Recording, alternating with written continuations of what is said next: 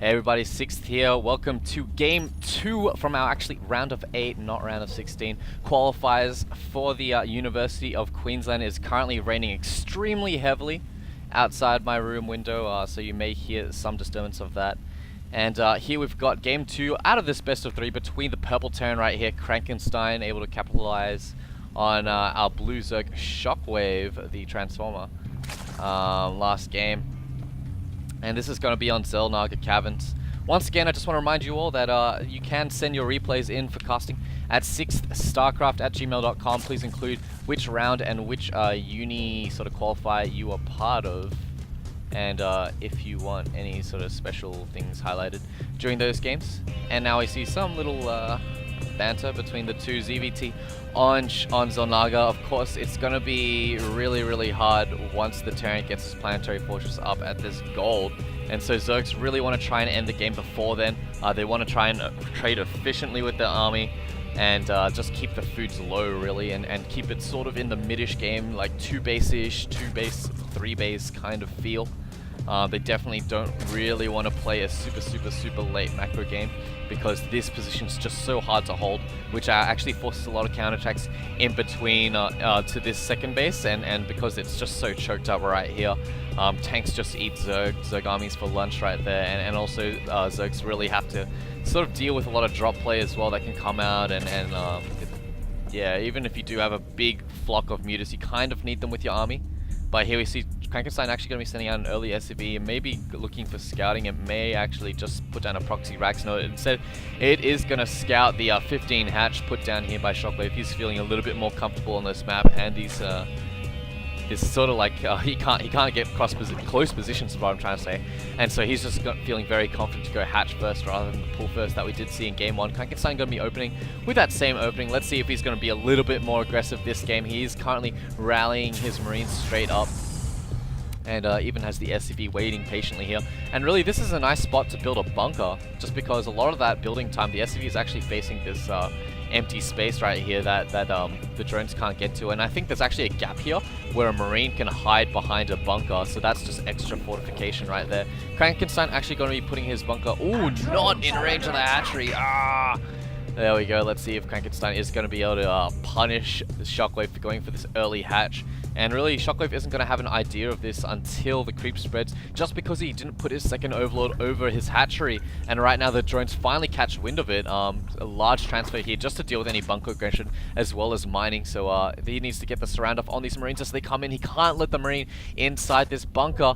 And it looks like, oh, the Marine just makes it in right there. Shockwave actually might even lose an Overlord as well for free before it starts to go to work on this hatchery. And well, that will immediately force out a Roach Warren out of Shockwave.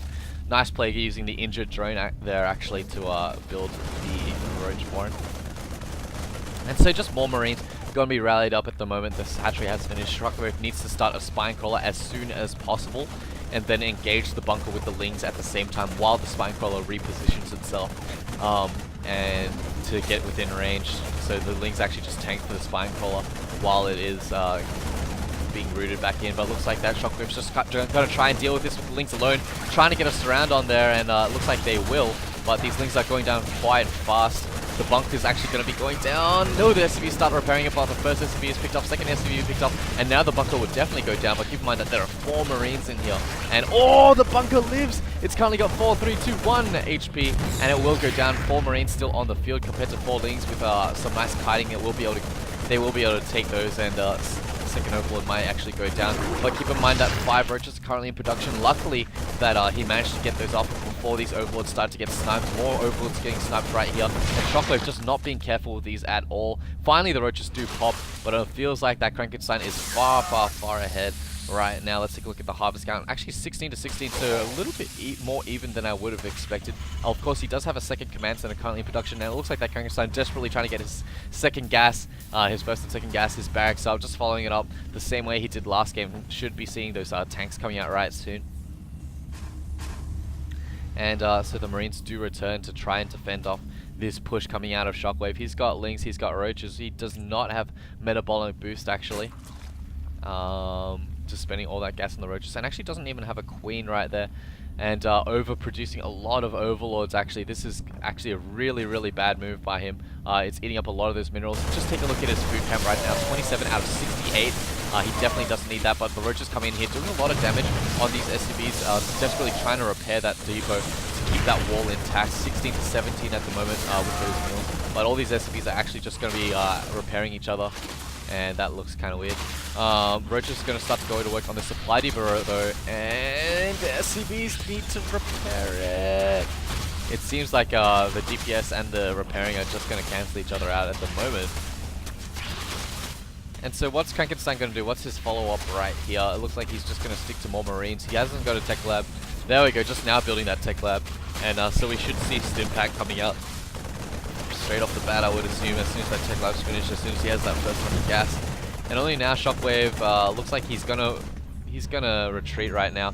And really, Shockwave should have been targeting those SCVs at the moment.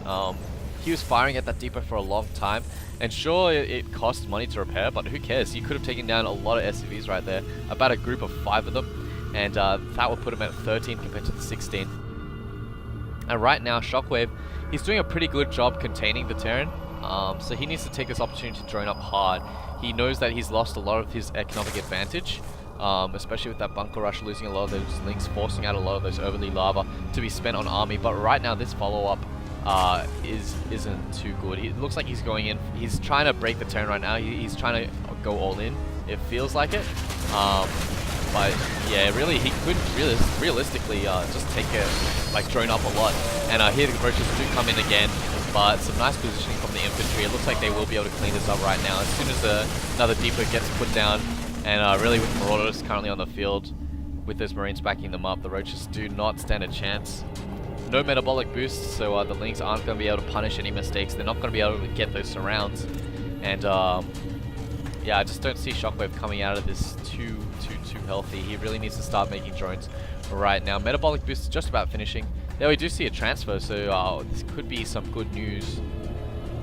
And currently 28 to 25, so both players just trying to get into the mid game right now.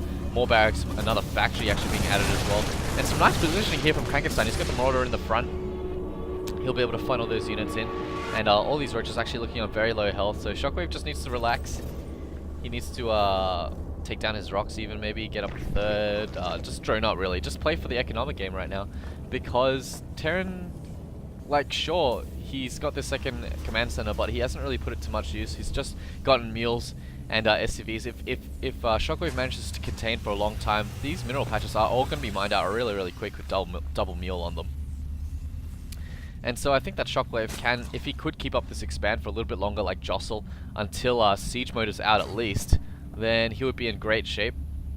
Crankenstein right now just going to be busting out, and since Shockwave did sort of let off that contain a little bit early, I feel he won't have to wait for Siege Mode before pushing out. Second command center got to be going down, and really right now Shockwave should have left a Ling right here to see when Terran's going to be pushing out. Instead he's got the Zelnaga Watchtower to spot for any aggression towards his base, but you leave the Ling here to check for the base timing, even behind the mineral patch right here. Yeah, just in case, you know, it's a little bit of extra information right there. And that would allow Shockwave to actually realize when his third should have gone down. So right now, as soon as he sees Crankenstein putting down his command center, even before that, he could have taken this high yield, he could have knocked down these rocks, and really just taken a third base somewhere on the map. But now we see that he's going to be transitioning into Banelings as well. He's getting his lair. +1 Carapace also going down, so those siege tanks against those Lings will be quite ineffective. Not ineffective, but a little bit less effective. And now Shockwave just going to be going to work on these rocks, and so it's just going to be taking ages right now. You take a look at the army composition: 4 Riches, 10 Banelings, 21 Lings, but all the Lings are actually down here right there. And so Crankenstein just going to be very content to get up his third gas. He's going to be putting down more barracks and look for Siege Mode to be done. Yes, it is done, so more tanks should be coming out right now. And Shockwave is putting down Spore Crawlers. I'm not sure what he thought he saw, because he hasn't seen anything that would have been indicative of Banshees. And he does see that push, I think, just catching a glimpse right there. A lot of 2 tanks actually with Siege Mode. A lot of Marines, a smatter of Marauders. And it looks like that Shockwave is going to be committing all of his gas into Banelings right now. And so this is going to be really micro-dependent. because Banelings really do rely on you being able to get those surrounds and actually engaging before his Banelings are finished. This is not what you want to be doing, wasting all those Banelings on the tanks. Roach's focus firing on the tanks very nicely, but really he doesn't have any links left to tank for these Banelings, and now some actually really good Marine spreads from Crankenstein, able to clean that up with ease. And yeah, here come the follow-up links, but I think this is going to be too late. Overstimming a little bit right there from Crankenstein, so if more links are able to come out right now, this could be bad, but really, Crankenstein looks like he can just take down this naturally. What are these spores for? He didn't really see anything, and so Shockwave will tap out of that game. And so Shockwave, I think like he's got some pretty good macro and stuff, but really when it comes down to the skirmishes, he doesn't really know how to use his units too well. Those links, like he could have waited more patiently for those Banelings to be fully produced, and then even go for a flank possibly, but really you need those Speedlings and the Roaches. You need the Speedlings more so to go in front. The Roaches will be fine under siege fire, but you need those links to bait the siege fire while the Banelings go in and wipe out the Marines, and then the Roaches can deal with the tanks sort of. But really, once you whittle down the Marine numbers, a Speedling follow-up from the hatcheries will be enough to take down those tanks. Shockwave actually put down like 4 Spore Crawlers. I'm not sure what that was for. And yeah, that's all I thought about this game. I thought, you know, Shockwave... well, actually, no, I should be picking up him. What I like to see out of all Zergs is really a third queen as well, just for that creep spread so that you have that little bit of extra intel. A bit unfortunate that Shockwave lost that first Overlord right here from the bunker rush, that's fine. But really, the rest of those Overlords that got lost here was just a little bit careless. The follow-up for the bunker, I felt that he should have put down a Spine Crawler instead of trying to just go pure Ling against that. But I guess he may have had success with that in the past, so whatever. That was game 2. Crankenstein advances to the round of 4, where I believe he plays alt Jim Diddy. Good luck, dude. Thanks for watching. Send your replays. Bye.